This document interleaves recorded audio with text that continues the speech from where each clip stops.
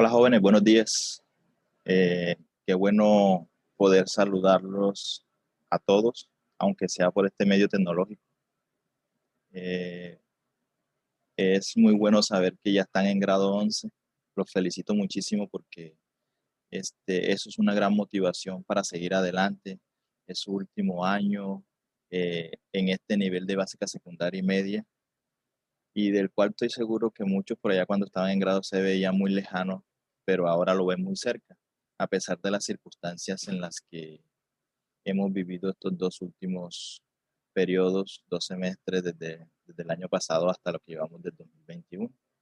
Quiero darles también la bienvenida formal al área, porque no se los había dado a todos juntos, y quiero aprovechar este medio tecnológico para hacerlo. La idea de este video es explicarles la guía número 1, teniendo en cuenta algunos aspectos de la guía introductoria que se les envió primero.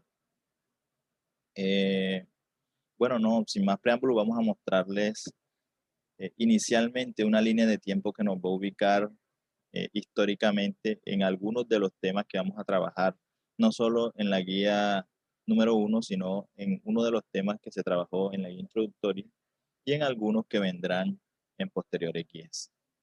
Entonces, permítanme un segundito y les comparto esa línea de tiempo de la que les hablo. Allí pueden observar básicamente la línea de tiempo de la historia universal, como su título lo indica. Si mal no recuerdo, ustedes tienen muy claro en su guía introductoria, el tema era la antigüedad grecolatina, específicamente lo que tenía que ver con la épica y con el teatro griego, con la narrativa y la dramática griega. Entonces, eh, ese tema y otros dos temas de esta guía y otros que vienen en una guía posterior, se van a enmarcar en algunas de estas épocas. Quiero que las tengan muy claras porque las características históricas de, de estas épocas también inciden en la parte literaria, que es la que nosotros analizamos en grado 11. Ustedes ya tienen alguna experiencia básica con respecto, por ejemplo, a la Edad Media, porque el año pasado cuando estábamos en grado 10 de manera presencial hicimos mucho énfasis en las características históricas, en las características sociales y políticas de esta Edad Media. Pero ahora, pues nos estamos remontando en grado 11 un poco más atrás. Entonces, si se dan cuenta, nosotros eh, vamos a estar abordando específicamente esas tres épocas que acabo de subrayar allí: la Edad Antigua, la Edad Media y la Edad Moderna. El primer tema, Antigüedad Grecolatina, se enmarca básicamente en la Edad Antigua, que llega más o menos hasta el 476 después de Cristo. Esta época, ustedes de pronto por filosofía lo han visto, se caracteriza por darle una gran importancia al ser humano, a la razón, y todo esto se refleja básicamente también en la literatura. También es una época que está marcada por las creencias religiosas de carácter mitológico.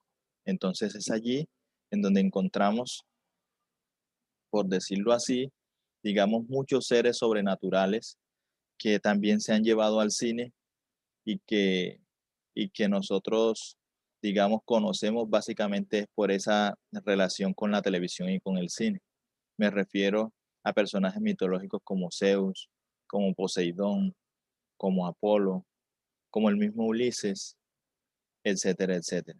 Entonces, ese primer tema de la guía introductoria, miren que en la parte que tenía que ver con los saberes previos, que también hace parte de lo que me deben enviar, yo les indagaba inicialmente, creo que por el concepto que ustedes tienen de mito. Es un concepto que se elabora desde primaria y que ustedes deben reconocer como un tipo de narración fantástica, ¿cierto? Que cuenta el origen de las cosas. Al contar el origen de las cosas, tiene que ver con seres sobrenaturales. Entonces, por eso la edad antigua está marcada básicamente por los hechos mitológicos y por la historia mitológica.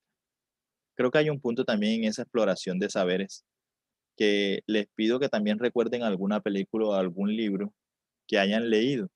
Entonces, para mí, por ejemplo, eh, es muy diciente y me gustó mucho Furia de Titanes. Furia de Titanes yo creo que todos se la han visto, ya la han dado también en los canales nacionales. Y es una película que nos cuenta la historia de Perseo, que después al final de la primera guía, de la guía introductoria, también se los cuento a nivel ya un poco más resumido, pero que allí encontramos una serie de dioses, de semidioses, de relación entre los dioses y los mortales, que de cierta manera son, digamos, lo que va a marcar el, el derrotero de la literatura de la Edad Antigua o de la literatura grecorromana. ¿Por qué grecorromana? Porque en ella están enmarcados dos imperios, un imperio griego que después es derrotado por Roma y un imperio romano que también posteriormente, justo antes de la Edad Media, es derrotado eh, o cae por la división interna que existe entre ellos.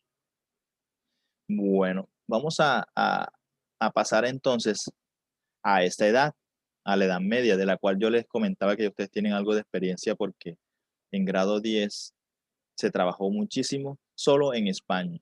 Pero ahora nos vamos a salir un poco de España y vamos a entrar en toda la parte de Europa. España pertenece a Europa, pero a lo que me refiero es que no solamente se va a trabajar con la península ibérica. Entonces, miren que de la edad antigua, en donde el principal, digamos, motor, el principal eje era el ser humano, se pasa a la edad media donde el principal eje era ¿cuál? ¿Se acuerdan que yo hacía mucho énfasis en eso? En que era una época de carácter teocéntrica. ¿Qué es lo que indica teocéntrica? ¿Alguien se acuerda? Exacto.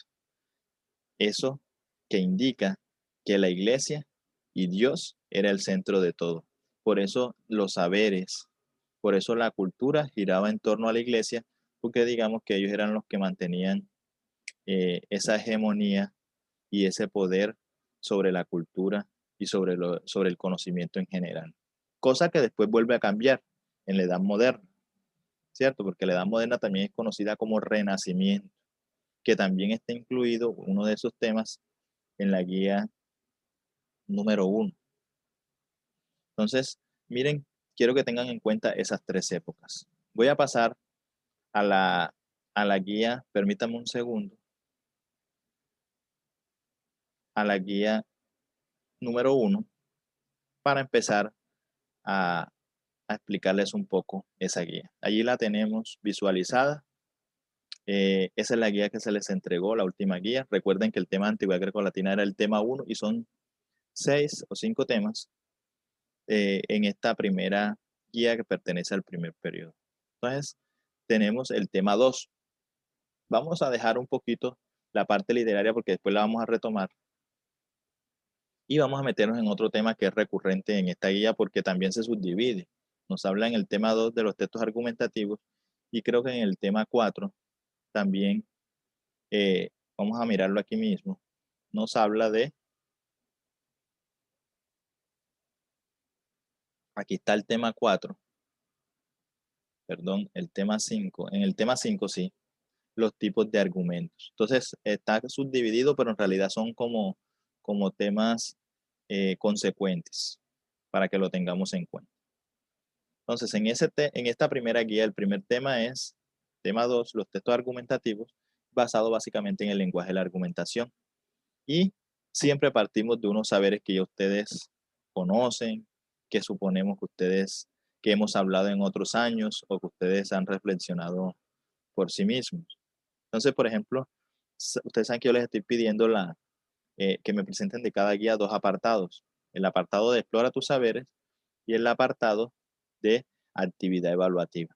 En este explora tus saberes de este primer tema, les hago tres requerimientos. Uno, que me digan y me recuerden con sus palabras qué es un argumento. Para ustedes, qué es un argumento. Todo el tiempo estamos argumentando.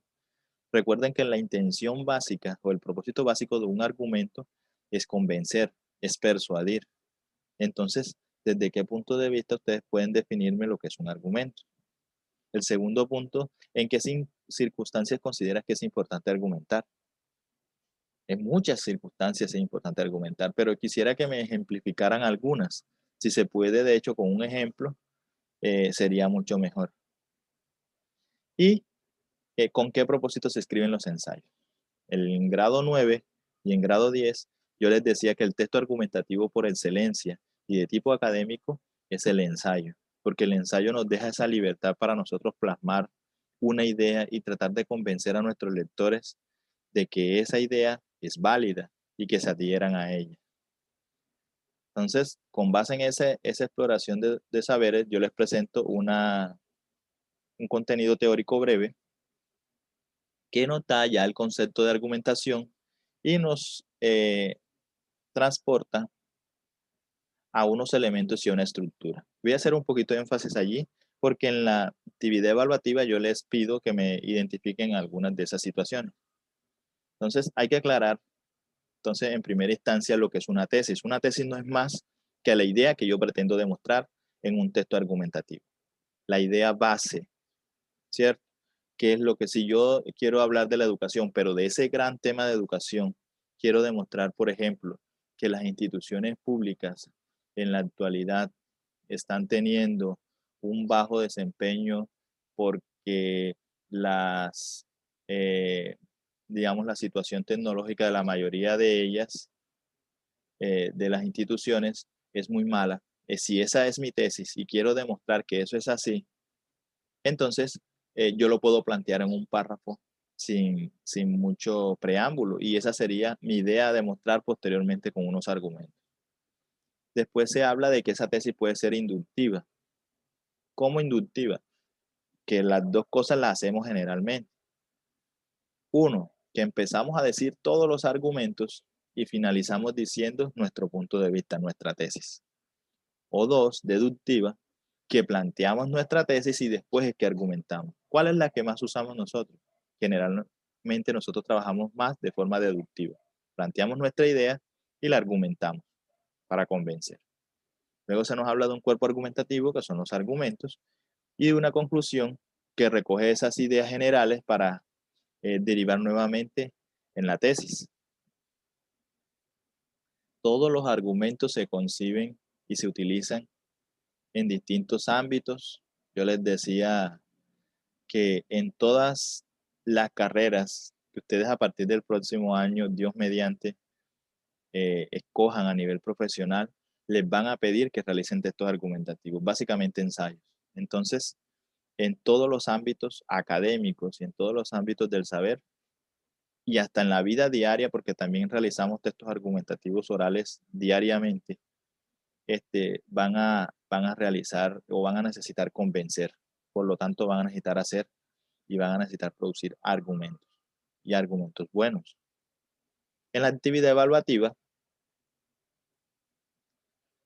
hay un punto, digamos, como para que enriquezcan ese léxico que tienen con respecto a los textos argumentativos y les pido un glosario breve con unas palabras claves del contenido que ya leyeron.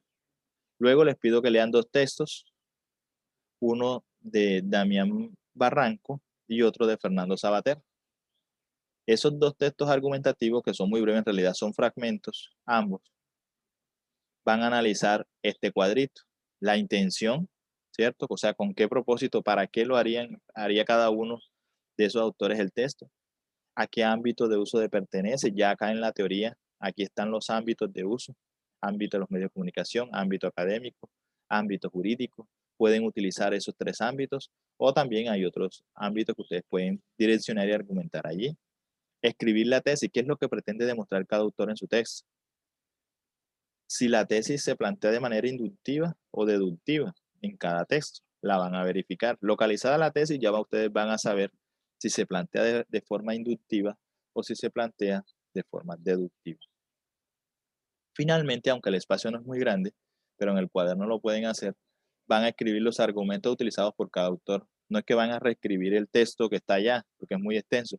Simplemente plantear en muy pocas palabras o en una oración el argumento base o los argumentos base que utilizan los autores en sus textos.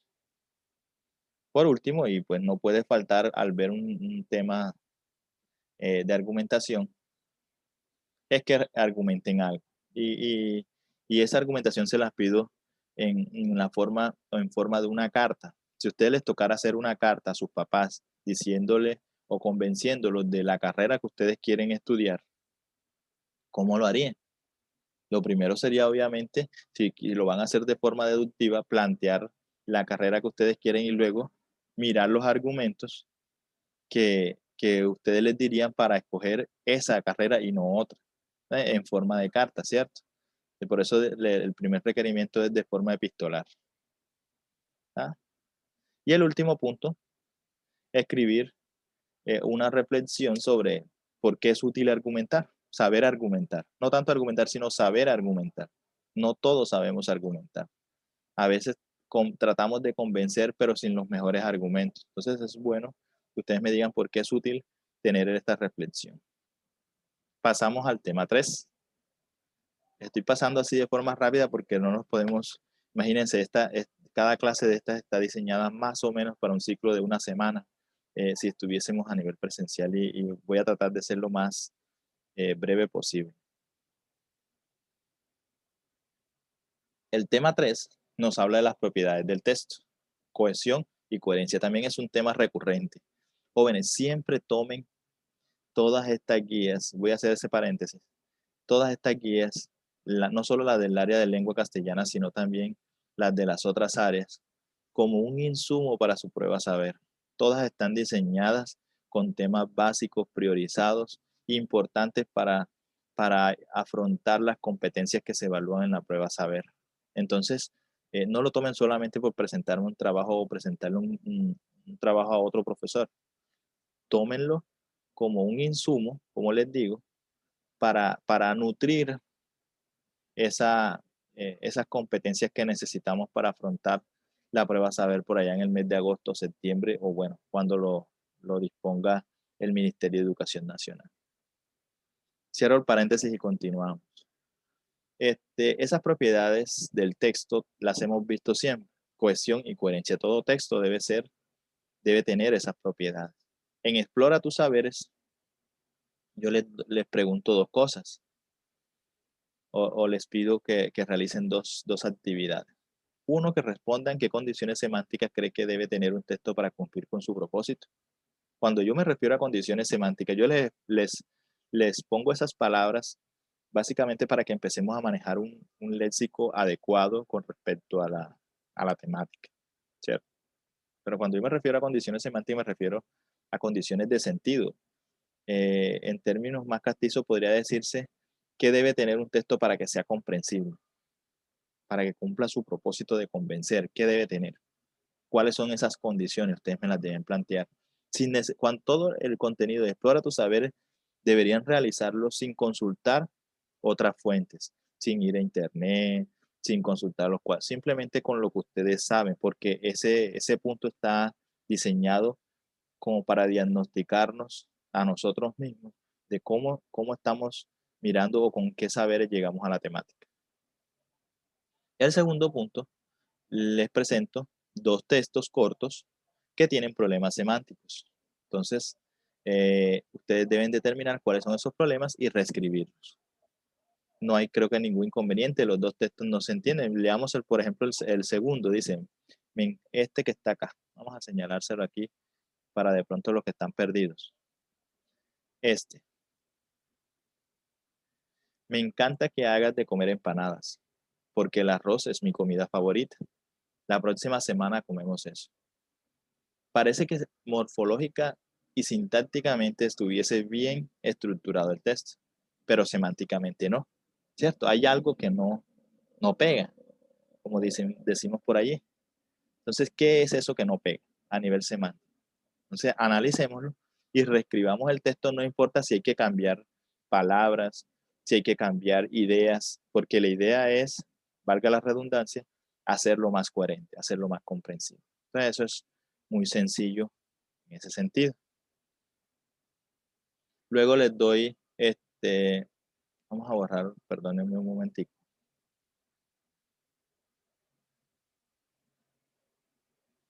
Vamos a borrar eso. Bueno, listo. Luego les doy el contenido teórico de lo que es la coherencia, sus características, de la cohesión. Es recordándolo porque en realidad yo creo que hasta el año pasado lo vieron presencialmente conmigo también. Y si no fue el año pasado, en 9 abordamos mucho estos talleres, ¿cierto? Y luego les pido la evaluación evaluativa, perdón, la actividad evaluativa número 3. Y empezamos con un punto parecido al de saberes previos, solo que ya han visto la teoría y pueden asociar algunos problemas de carácter semántico, ya sea de coherencia o ya sea de cohesión. Van a reescribir esos textos, no son coherentes. Si los leen y los han leído ya me imagino, se van a dar cuenta que no tienen coherencia. Ustedes pueden reorganizar las frases, cambiar, agregar una que otra palabra, quitar una que otra palabra, de tal manera que sea comprensible. El segundo punto, hay unas ideas ya predeterminadas, allí sí no pueden cambiar nada, simplemente completar. Agregar en esas líneas lo que ustedes consideren de tal manera que el párrafo quede coherente, tanto en el inciso A como en el inciso B.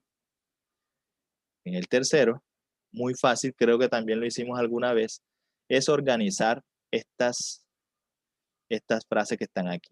El mito de Aqueronte. El mito de Aqueronte es un texto y está en desorden, tiene unos enunciados en desorden. Entonces ustedes lo que van es anotar en este paréntesis inicial si esta idea sería la 1 o si esta idea sería la 2 y si esta sería la 3, yo qué sé, o si esta no sería, si esta no es la 1 sino que es esta.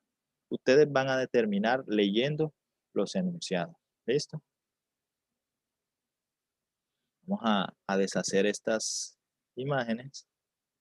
Bueno, y continuamos con el tema 4. Miren que descansamos un poquito de la literatura.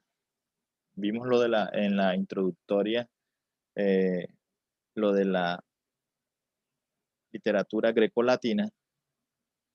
Y ahora en el tema 4 nos volvemos a encontrar con literatura, pero ya cambiamos de época. Después de la época antigua, ¿qué época viene? Que está entre el siglo V y el siglo XV. La época medieval. Y esa época medieval también tenía una literatura. Nosotros el año pasado de esa literatura leímos Miosit al principio del primer periodo. Y la analizábamos y analizábamos mucho las características. Miren que, por ejemplo, en Explora tus saberes, yo les pregunto cosas que ya ustedes deben saber por el año pasado y estoy seguro que deberían saberlas. Explica cómo era la mentalidad del hombre medieval. ¿Cómo era esa mentalidad? Decíamos que la época era teocentrista y a partir de allí podríamos dilucidar muchas cosas a nivel del sistema feudal que era el que imperaba en el momento, a nivel político también habían otras situaciones de las cuales hablamos bastante. Y creo que ustedes todavía, algunos de ustedes tienen el libro guía con el que se pueden ayudar si quisieran recordar algunas cosas. Luego les pido que hagan una consulta de 5 términos importantes de la Edad Media: trovador, teocéntrico, juglar, romance y cantar, todos válidos para el tema de la literatura medieval.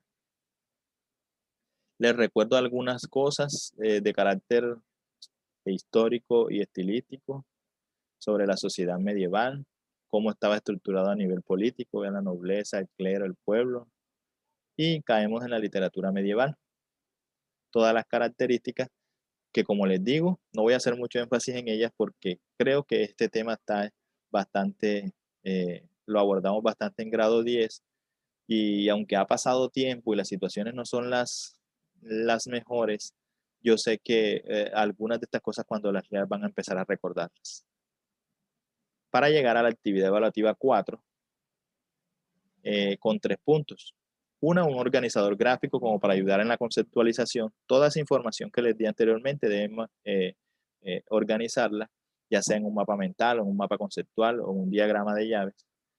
Luego van a argumentar esa pregunta. Ya les estoy pidiendo un argumento que me convenzan de su respuesta. ¿Qué aspectos de literatura medieval considera que están vigentes en la actualidad? Ya ha pasado muchísimo tiempo, digamos que las condiciones tecnológicas son otras, pero tal vez hay algunos elementos de la Edad Media que aún se conservan. ¿Cuáles creen ustedes que serían esos elementos? Y finalmente, que consulten acerca de los libros de caballería y las novelas de caballería y realicen un cuadro comparativo, en qué se parecían, qué le heredó una a la otra, etcétera, etcétera. Creo que es muy sencilla esa actividad. Volvemos a la argumentación con el tema 5, pero ya básicamente nos centramos en cuáles son los tipos de argumentos que se resumen en ese cuadro sinóptico que les presento en la guía. Nos presentan 6 tipos de argumentos que son los que básicamente siempre utilizamos en los textos y hasta también en la parte oral. Dijimos que tenemos claro que el propósito fundamental de la argumentación es convencer y persuadir. Para convencer y persuadir necesitamos básicamente argumentos que podrían ser de ejemplificación. Casi siempre estamos argumentando con ejemplos. Miren, no, si yo tengo como idea, vayamos a un ejemplo de la oralidad.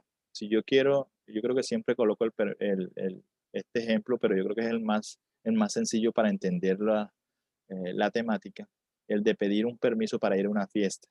Si nuestra tesis es, mami, yo quiero ir a una fiesta, me voy a portar bien y quiero demostrar que eso es así, puedo utilizar ejemplos. Entonces yo puedo decir, mami, yo quiero ir a una fiesta, me voy a portar bien.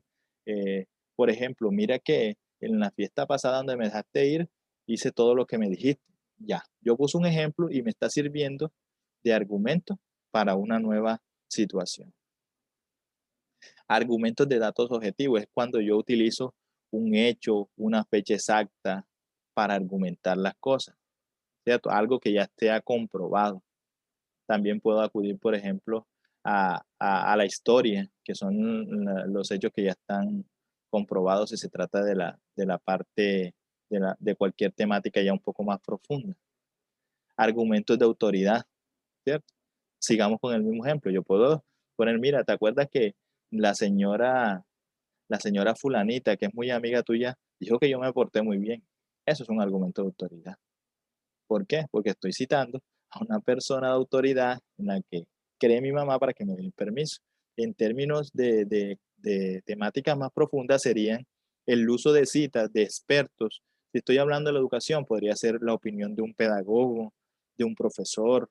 Si estoy hablando de política, podría ser la, la opinión de un ministro, de un expresidente, qué sé yo.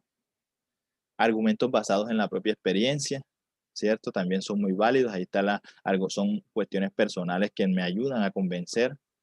Falacias que son muy utilizadas.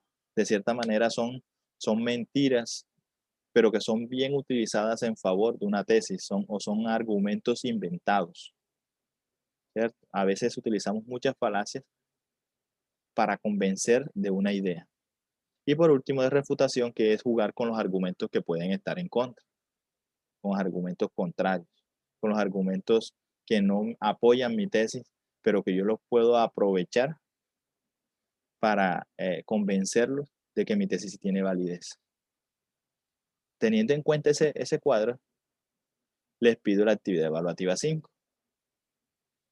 Les pido que lean un texto, se llama Vivir la Alegría, de Pilar Varela, y yo les pido entonces que me identifiquen la idea central que plantea la autora, que es básicamente la tesis, quiero que me identifiquen la tesis, y luego que busquen, rastren los argumentos que estén allí y que los clasifiquen. ¿Qué tipos de argumentos? Si hay algunos de amplificación, si hay algunos de la propia experiencia, si hay algunas falacias de autoridad, qué sé yo. Léanlos, subrayen e identifiquen. Y en el segundo y último punto de ese tema es que seleccionen un tema de su interés y escriban un texto argumentativo. Y en ese texto argumentativo empleen al menos de los seis tipos de argumentos que están allá, al menos empleen 3, como ustedes quieran, pero bien planteados de manera coherente, de manera cohesiva, en un texto breve. Y por último, entramos a la última época de la que les hablé, que es la época del Renacimiento. Esa literatura que ya es diferente porque recuerden que en el siglo XV, cuando se acaba la Edad Media, se acaba la época teocéntrica, empieza una nueva época que es la época nuevamente que retoma algunos de los postulados de la época antigua y empieza otra vez a ser antropocéntrica. En en la línea de tiempo que les mostré ahora rato, la llaman época moderna. También se conoce con ese tiempo, con ese nombre y en ese tiempo. Pero en realidad se refiere al renacimiento. Es un renacer de la cultura. Es volver a algunos postulados básicos del ser humano y que tenían en cuenta la razón.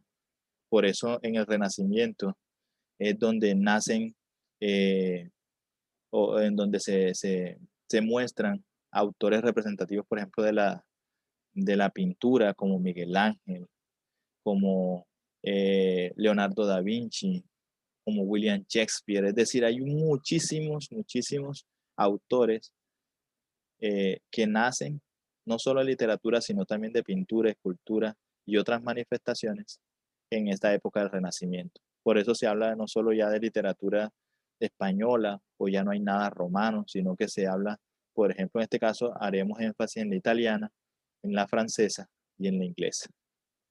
Entonces miren que en Explora tus saberes yo les pregunto, ¿a qué se llama humanismo? Esa pregunta la pueden responder desde el punto de vista conceptual histórico o también lo podrían hacer desde su punto de vista personal, que es una persona humanista, ¿cierto? Eh, esa persona, ese concepto casi siempre lo estamos eh, asociando a la relación que tenemos con las demás personas. Después explica la diferencia entre teocentrismo y antropocentrismo. Ahí tienen que jugar un poquito con el prefijo teo y con el prefijo antropo, por decirlo así, ¿cierto? Dios y hombre o ser humano. Y finalmente en Explora tus saberes les pido que con sus palabras me expliquen qué entienden por la frase renacer de una cultura. ¿Cómo así que renacer? ¿Estuvo muerta? Entonces, si se trata de renacimiento, esa época, ¿por qué se llamaría renacimiento? ¿Qué fue lo que estuvo muerto y por qué revivió o por qué renació? Entonces, eso es lo que les pido que les planteo algún contenido teórico que también pueden ampliar. Todos estos contenidos teóricos de las temáticas las pueden ampliar si tienen la posibilidad en internet o con algún libro que tengan en su casa. Está todo eso, es una cuestión histórica. Vean que aquí, por ejemplo, esta idea es muy importante. Se fue construyendo en el Renacimiento un nuevo concepto de la persona basado en el valor de la dimensión humana, en la confianza y la responsabilidad de sus acciones. De esta manera, el ser humano se sitúa en el eje del mundo, es decir, en el denominado antropocentrismo. Entonces ya ahí empiezan a utilizar la palabra que les pedí que analizaran allá en los saberes previos, al compararla con lo de teocentrismo. Y finalmente, pues viene aquí están la caracterización por países, literatura italiana, cuál fue el aporte. Hay algunos autores, nos presentan, por ejemplo, Dante Petrarca, que en otra guía vamos a ver si leemos algo de Dante, que es la Divina Comedia. De pronto no toda, pero sí vamos a hacer énfasis en algunos fragmentos importantes de la Divina Comedia, que es, digamos, una de las obras representativas de Dante. Después nos hablan de la literatura francesa y de la inglesa, en la que también tal vez hagamos énfasis del punto de vista dramático con William Shakespeare, porque es uno de los importantes. De hecho, en esta última actividad evaluativa yo los invito a leer un fragmento de una de sus obras. Entonces, la actividad es sencilla porque empieza eh, con una conceptualización propia, que es antropocentrismo, que es feudalismo, que es burguesía, que es humanismo y que es renacimiento. ¿Por qué con sus palabras, con sus propias palabras? Para empezar a armar ese léxico personal que todo estudiante de 11 debe tener con respecto a estas épocas. Y mire que hasta metí la palabra feudalismo, que si bien no es una característica básica del, del Renacimiento, sí de la parte anterior que era de la Edad Media, pero que fue un sistema que fue cambiando porque ya llegaron algunas reformas a nivel científico y a nivel industrial ya después del Renacimiento. Entonces, después algo más teórico también, sintetiza en 8 frases los hechos históricos que dieron origen al Renacimiento. Arriba les doy algunas pistas. También con base en el contenido teórico, les pido que completen esas frases como para seguir insistiendo en tener un conocimiento con respecto a esta época. Y por último, que consulten unas características de la literatura de William Shakespeare para leer después, ya de manera, no sé, recreativa, el famoso monólogo de Hamlet, Ser o no ser, ¿cierto? Ese siempre lo hemos escuchado, existe, pertenece a una obra que se llama Hamlet y quisiera que finalmente lo leyera. Todas estas actividades, como les digo, reitero, que se plantean en esta guía y en todas las que vienen, deben considerarlas como una gran ayuda para la prueba saber, una gran preparación. Sé que se viene esa preparación.